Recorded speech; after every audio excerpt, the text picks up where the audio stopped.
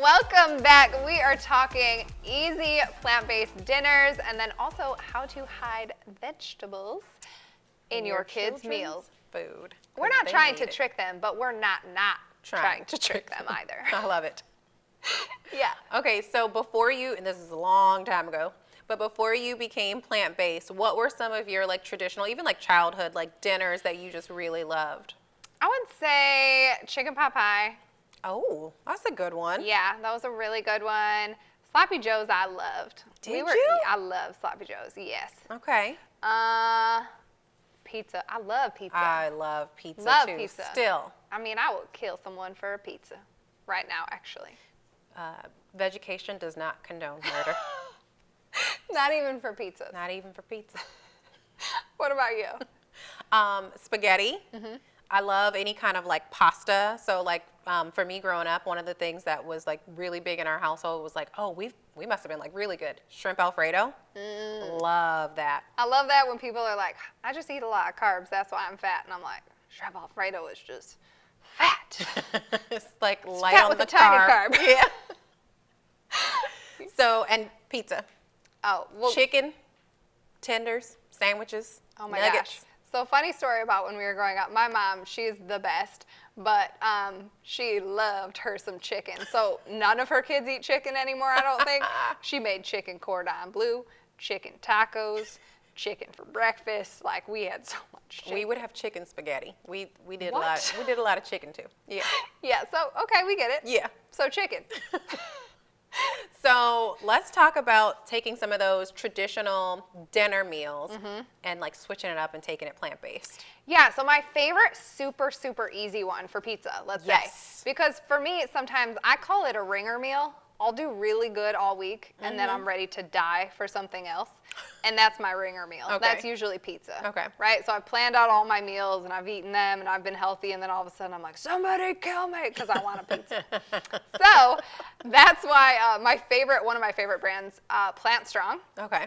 They actually sell pizza kits, which are amazing, oil-free, really healthy pizza kits, limited ingredients. The sodium's so low. What is it called again? Plant Strong. Plant Strong. Is that like a brand in the store? Or you ordered online? You order it online. Okay. I hope they'll be back in Whole Foods soon, but for now, it's online. Okay, nice. So I believe it's plantstrongfoods.com. Okay. Look up their pizza kits. They also come with sauces, so oil-free sauce, which is really nice. Yeah. And then you can just throw whatever toppings you want on there.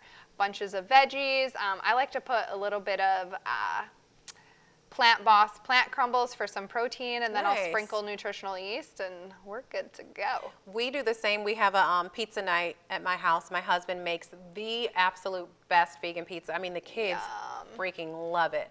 He takes a ton of vegetables and he makes it like really colorful. So like red peppers, orange peppers, yellow peppers, mushrooms, broccoli. Why has Brian not made this and pizza he'll for like me? dice it up in a little hand thingy. And Hand thingy, that's technical. I don't know what the thing is called, but Chopper? it's like a little chopper. Thank It's you. like a little manual chopper. We Yeah. just chop it up.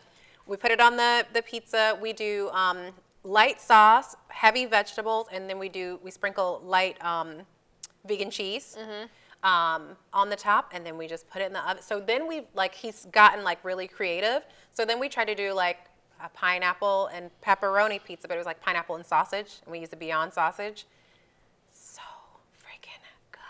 Oh yeah, I mean, It's like plant-based sexual pizza. good. Yeah, plant-based pizza has come a long way. Jay makes Detroit-style pizza, homemade crust and everything. Love it. It's crazy, but again, now he's ruined me because I never want to go out for pizza. I only want to stay home for pizza. Right, exactly. It's hard to find good vegan pizza. Yes. There was a I can't remember the name of the place. It was like Mod or And Pizza, but they were talking about how they changed vegan cheese brands. I'm not going to name the name because we don't shame on Vegication. We don't. But there's one brand that you might know of that like you probably have never met anybody that likes it.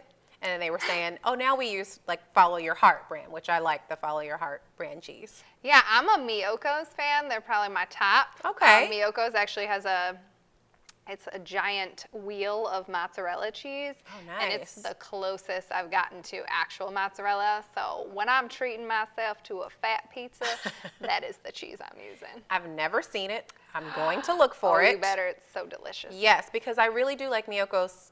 They have a really good cream cheese substitute that I love. And Miyoko's does a really good job, in my opinion, of keeping their ingredients really clean, really having high quality stuff. So I'm happy to support brands like that. Awesome.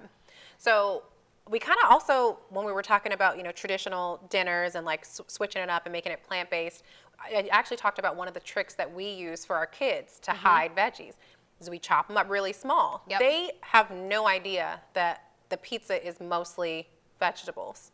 They just think it's pizza because it's chopped up so fine and it kind of almost looks like it's part of the sauce, but it's also really colorful. So that's one of my secrets is I chop it up really small. And I was asking you, I think, earlier, like, does it take away from the nutritional content when you chop things up finely? No, it absolutely does not. Awesome. And as long as they're chewing the food, which they have to most of the time to get it down, Yeah. that's activating those enzymes. So when we're drinking a green juice, we're not activating the same enzymes. We're still getting the nutrients, which is amazing, but not activating the enzymes that we need for chewing. Okay. So for me, another one would be pasta, Really easy to hide veggies in pasta. Yes. And so I think the bigger vegetables, like the cauliflower, the broccoli, I don't know about you, but my mouth gets tired. I don't want to chew through all that. It's like chewing a tree. I know. I cut it up really little. I actually love broccolini. Yeah, I love broccolini too. Yeah. But I put my regular broccoli and everything in a food processor. So it chops it up insanely small. Oh, wow. Then add it to the sauce, add a bunch of garlic, make it a really flavorful sauce, and no one's going to know there's an entire head of broccoli in the sauce. That is genius. I try to be genius. Yeah, I love it. What other tips do you have about hiding vegetables? Definitely. And remember, it's about getting them to eat the vegetables that they like. Yeah. Start there. Start with the ones that are really fun and interactive, like edamame, They love edamame. Love playing with edamame. Every once in a while, I'll find like edamame behind the kitchen curtains because somebody was popping edamames, playing with it instead of eating it. But they enjoy that. Yeah, sugar snap peas, make a noise, Any of those things that can be really interactive for kids, they're going to do better. And then, don't be afraid to use a greens powder. Okay. My favorite is by Aura Organic. It's got a little bit of a lemony, citrusy flavor, so you could add it to a smoothie. Okay. You could really hide that. And the more greens that they're getting, the more they're going to start to crave greens. So our taste buds do change. They do turn over. So, start with what you can do and don't focus on what's not going well. Okay. Because again, that positivity, that mindset towards vegetables is really important. Yeah. If you think my kid hates vegetables and you speak that out loud, that's what they're hearing over and over again. It's that reinforcement of, I just don't like vegetables. Yeah. So, it's interesting. My nephew, he's 1.5, and when he was smaller, he would eat everything. And now that he's getting older, my sister finds that like he doesn't like the taste of vegetables. So she's currently going through this. So I'm going to be sharing a lot of this stuff with her, especially mixing up the broccoli in the sauce, because I love the fact that you said if you can just get them to digest it, even if they don't know they're eating it, eventually their taste buds will want more of it.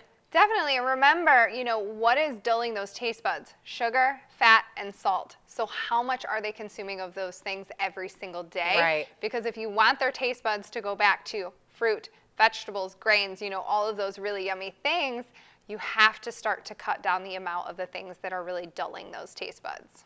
Make it a habit. Make it a habit and be the example. You can't tell them to eat broccoli and you're eating Milk Duds.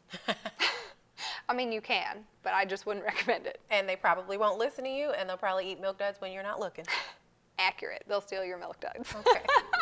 All right, so we're going to come back in just a few and wrap this up, but we've got a little bit more for you when we come back here on Vegication. Stay tuned.